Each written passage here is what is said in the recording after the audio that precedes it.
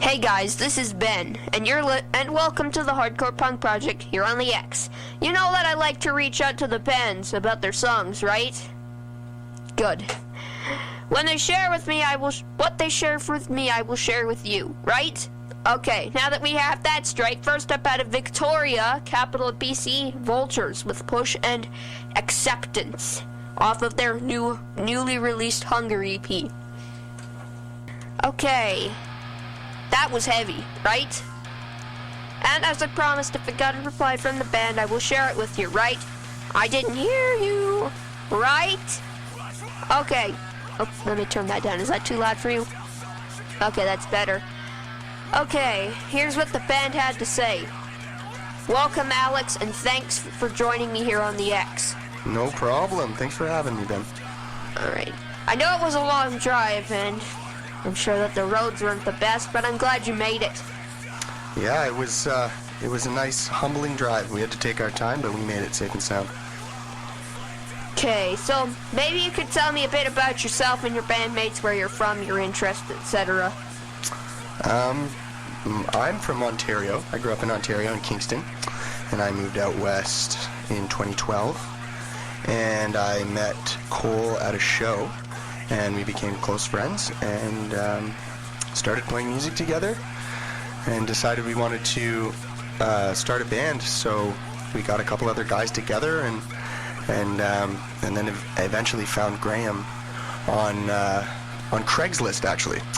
So it was a bit of a shot in the dark, but it worked out pretty well, and we've gone through a couple bass players, but we found a solid one now.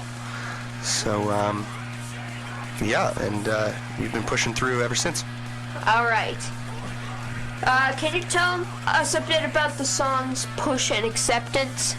Yeah, for sure. So Hunger was written, it's different. Each song is written in a different perspective of somebody who is affected by substance abuse in one way or another. Mm-hmm.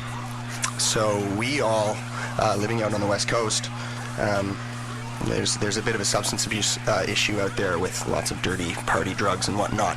So Push is written from the perspective of a drug pusher, and Acceptance is written from the perspective of a teenager who gets peer pressured into taking drugs and then ends up passing away as a result of peer pressure and whatnot because of so heavy stuff. Okay, so what got you into metal? Do you like any other genres? Yeah, I grew up listening to hip-hop, essentially only hip-hop music until I was about 15, 16, and one of my good friends introduced me to Constellations by August Burns Red, and I remember just being totally captivated by the drums specifically, and after I heard that record, that was all she wrote. I dove in head first. Yeah, that was kind of me. I started listening to AC/DC when I was young, and then I started learning about these heavier bands, and then this man over here banned me from metal, and then I rediscovered it a few years later, and I'm still listening to it now. Yeah, it's pretty addictive. Once you're in, it keeps you hooked. Do you play any other instruments or just sing in the band? What about when you're not with the band? I do. I play a little bit of acoustic guitar. I also listen to a lot of folk music and sort of older country music. So I like to kind of strum and sing on my own time. But other than that, it's mostly just scream vocals. Okay. I'm guessing your guitars are tuned to drop B. Correct me if I'm wrong. My guitar is tuned standard, believe it or not. But Cole's, you can count on being tuned to drop B for sure. The standard tuning for heavy metal. Yes. Right. Okay, so are you on tour now? If no, when? And will you be touring with other bands? We're not on tour just yet. There is a tour in the works.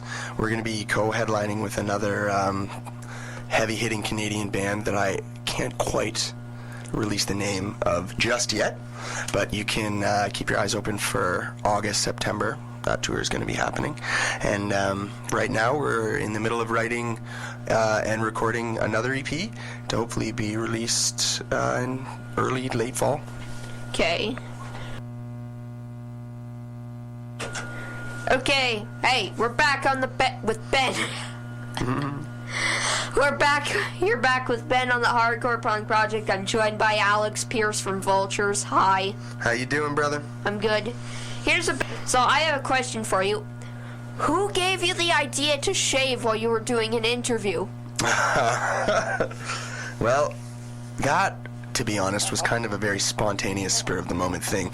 One of our old bass players used to be super into media production and making videos all the time, so, you'd walk into the house at any given time and he'd, have his camera up, like some kind of, metalhead Steve Irwin. And so I came out of my room one morning and he had this all set up and he asked me if I wanted to just make something up on the spot, and so that's what came of it. So, next we're going to listen to Rat King and Bitter Breath from Vultures. This is the 50-second song, so let's start. Alright, I'm back. Rats. Well, that was kind of heavy, and it was kind of bittersweet for me. Alex, can you tell us a bit about these tunes? Yeah, Rat King, that quick one there. Mm-hmm. It's pretty frantic and sporadic, straight to the point. It's, I guess it's meant to embody what a drug user experiencing withdrawal symptoms might feel. Something like that. And I made the rats joke because, well, you say rats when you mess up. Yeah, that's true. And Bitter Breath. Bitter Breath is, it's a little bit of a more personal one for me. I have personally struggled with a little bit of substance abuse in the past. I'm thankfully on the other end of it now, but this Bitter Breath is about one of my ex-partners who was less than supportive, let's say. I find a lot of catharsis through that one personally. What do you think? Do we as Canadians need more venues for our artists to perform at? I see most of the venues in BC are not all ages, which really sucks. I know. That's really interesting that you brought that up, actually. Because when Vultures first started out, we lived in a house altogether that was kind of this condemned house that was fallen down and falling to pieces, and we named it the Prawn House, and we used to have shows there all the time. Mm-hmm. And they were under the radar, but it was the kind of thing where anybody could kind of come, and it was super cheap. They were DIY shows, and you don't really see that kind of stuff anymore, which is really sad. So, I definitely think that there needs to be more sort of DIY, all ages venues for kids that are into the music that might not necessarily get to go see it otherwise. Yeah. There's this band called Broken Love. I think they're from Canada, even though their founder comes from LA and he was born in Canada. So they're performing at the Blue Grotto with this band called Royal Tusk. Oh, great. Yeah, that's a great little venue, actually. We played there a couple of years ago with Hideous Divinity and Depths of Hatred. And actually, just touching back on what you said with the local venues and the smaller venues, you know Norma Jean, of course. Yeah. Have you heard that they just recently released a tour? They haven't got all the dates yet, but they're releasing a tour with strictly house shows. And I don't know, that really sparked my interest. I think that's a really cool idea and really giving back to the scene in a whole nother way that a lot of people aren't. That's good that they strictly house shows, because it extremely annoys me when all these bands on college radio always go to either Cactus Jack's or the Blue Grotto. Mm-hmm. I feel you there, brother. If we had more community centers where we, local artists, could perform, that would be great. I understand back in the day they used to have live local bands at school dances. What do you think? Yeah, I'd like to see that kind of coming back. I think there's less of a DIY scene in general with the influx of social media and technology, and everything is at the tips of everyone's fingers. There's less people walking into potential venues and saying, hey, can we play? You know what I mean? It's all done over the internet or over the phone. There's less of an authentic connection happening. Yeah, I get it. So, I'm trying to think of what to say. I am at a loss for words. And that does not happen often with me. My No. ADHD makes me want to talk constantly. Hey, brother, I feel you there. I have the same enhancement, if you will. But I understand that you also play music yourself, eh? Yeah, What kind of stuff do you like to play?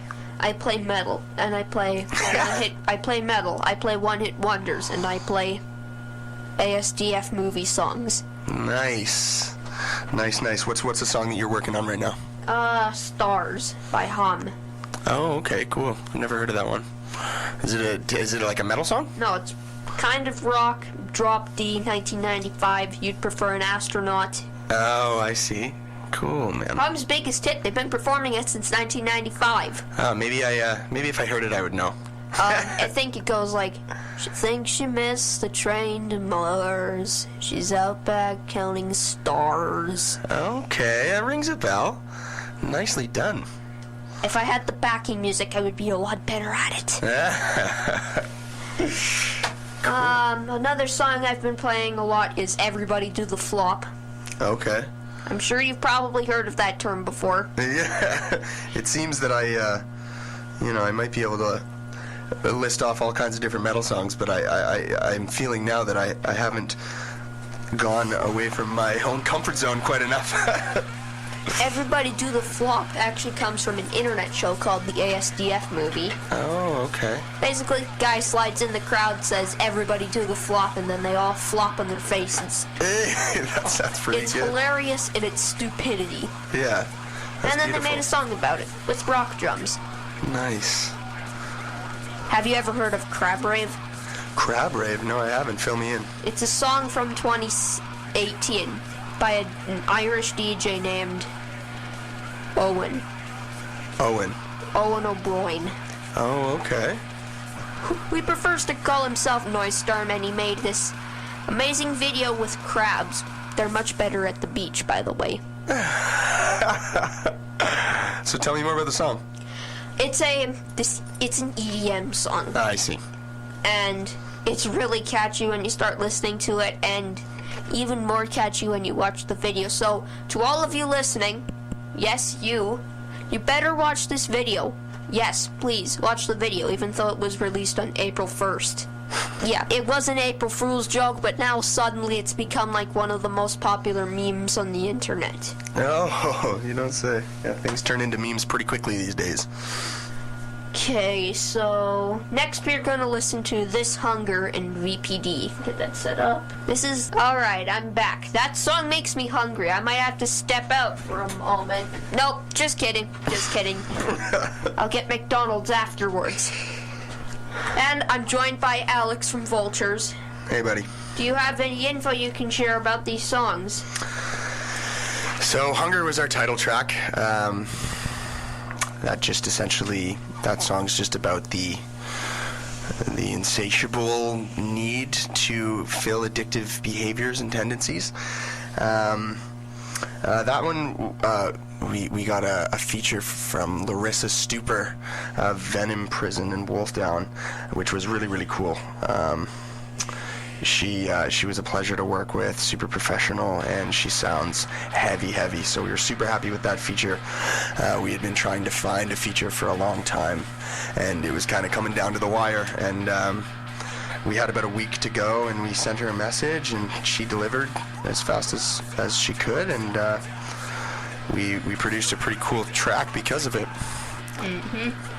So, the intro to This Hunger kind of reminded me of Korn for a moment.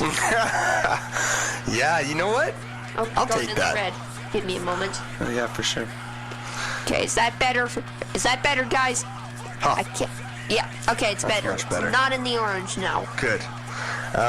That's funny because as much as none of us would probably like to admit it, I would say that Korn influenced all of us subconsciously quite heavily. Oh, speaking of influences, what is the band's influences? Well, the cool thing about Vultures is we all kind of come from different heavy backgrounds, I guess, musical backgrounds. I can really only speak for myself as far as influences go, but I was always a huge fan of the band Let Live, and their frontman Jason Butler. Do you know Let Live and the Fever 333? I know Live. Oh, okay. Yeah, no, they're kind of like a thrashy punk band. Anyway, they were a huge influence for me.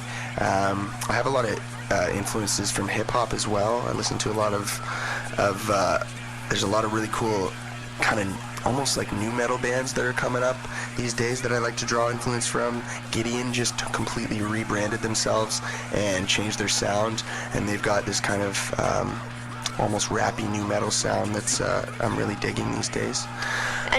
Yeah. Anything new metal reminds me of Fred Durst and Limp Bizkit. Yeah, exactly. And Korn, I guess, if we were going to talk about that. But yeah. The thing is, it feels like new metal is coming back in a way that is what the old new metal kind of always felt like it wanted to be, if that makes sense. Like, it's harder, and it feels more serious, and it feels less satirical in a way, you know, with bands like I just said, the new Gideon record. There's a new band that was just, oh my goodness. Their record is called Consume, and they just got signed to Fever to 333 Records. Oh my gosh, and of course it's slipping my mind right now. Anyways, but yeah, it feels like that kind of stuff is coming back, that kind of hip-hop influenced metal, and I'm liking it. One of my influences is Green Day. Nice, me too, actually, I'd say. What do you think is your favorite record? Probably 21st Century Breakdown. Nice. Because of the wider range of songs. And I also like Brain Drill. Oh, nice. Yeah, I'd have to say I'm a sucker for older Green Day. Tunes like Longview and Basket Case. And when I come around, all those big ones, you know? Yeah, I like Horseshoes and Hand Grenades. Nice. And American Eulogy. Yeah, all good tunes. They're a great band. They're definitely iconic. Their new album just came out today, as a matter of fact. Oh, wow. I've been trying all day to get my hands on a physical copy, but it's not working. Yes. And I am disappointed. Well, I'm sure your time will come. I hope so. And there's a couple singles released online, right, you were telling me? Yeah, there's been 3 singles so far. On September 10th, 2019, they released a new song called Father of All. Mm-hmm. ... Ah, yes. The song is kind of like got that Jack White falsetto, because okay. Billy Joe's using falsetto, which is very much unlike him. Yes, natural progression of a band, though. There's that song Fire Ready Aim, which kind of sounds like Hives. The Hives. Oh, okay, cool. And then there's Oh Yeah, which samples from Do You Want to Touch Me by Gary Glitter. Oh, wow. Which I don't like because Gary Glitter is in jail for committing several offenses. Yeah. That's too bad. Oh, and you said something about female artists, right? Yes, yeah, I did. Who would you do a collaboration with if you had a chance? A female artist. A female artist. You know what? We were talking about her earlier, but I would say she's one of the OG female hardcore frontwomen, Alyssa from Arch Enemy. Alyssa White Gloves, yes. Yes, yeah, that would be quite the experience, I think. If I had to pick one female artist, I think that would be it.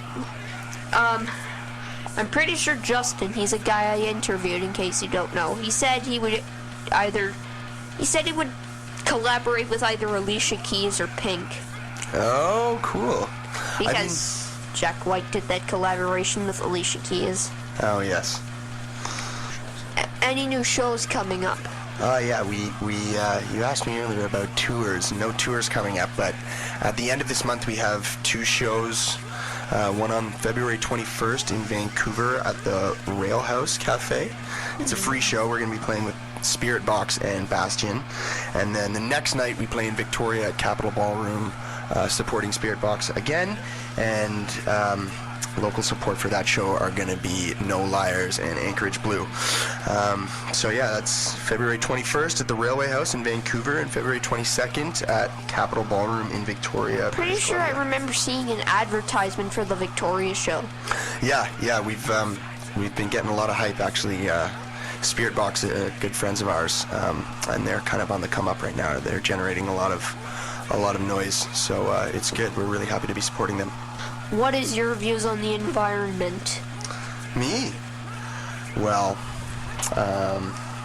I'd like to think that I do as much as I can personally. I think it all starts from an individualistic point of view as far as making a change. I think a lot of people get overwhelmed with thinking that the problem is too big for them to solve on their own, when really it just starts with themselves and maybe on their way to work in the morning, instead of getting a paper cup with a plastic lid from McDonald's, you bring a jar and get your same coffee from McDonald's, little things like that. But I think it's something that we all need to be paying attention to. Have you heard of Team Trees? I haven't. No, what's that? It was taking the internet by storm a while ago. Team Trees was a organization set up by Jimmy Mr. Beast Donaldson. They were going to plant 20 million trees by this year. Oh, wow. And they did that goal. Oh, wow. They reached that goal. They planted 20 million trees around the world, and yeah, the internet is slowly calming down now. That's good. I guess everyone was pretty excited about that. Do you play any sports?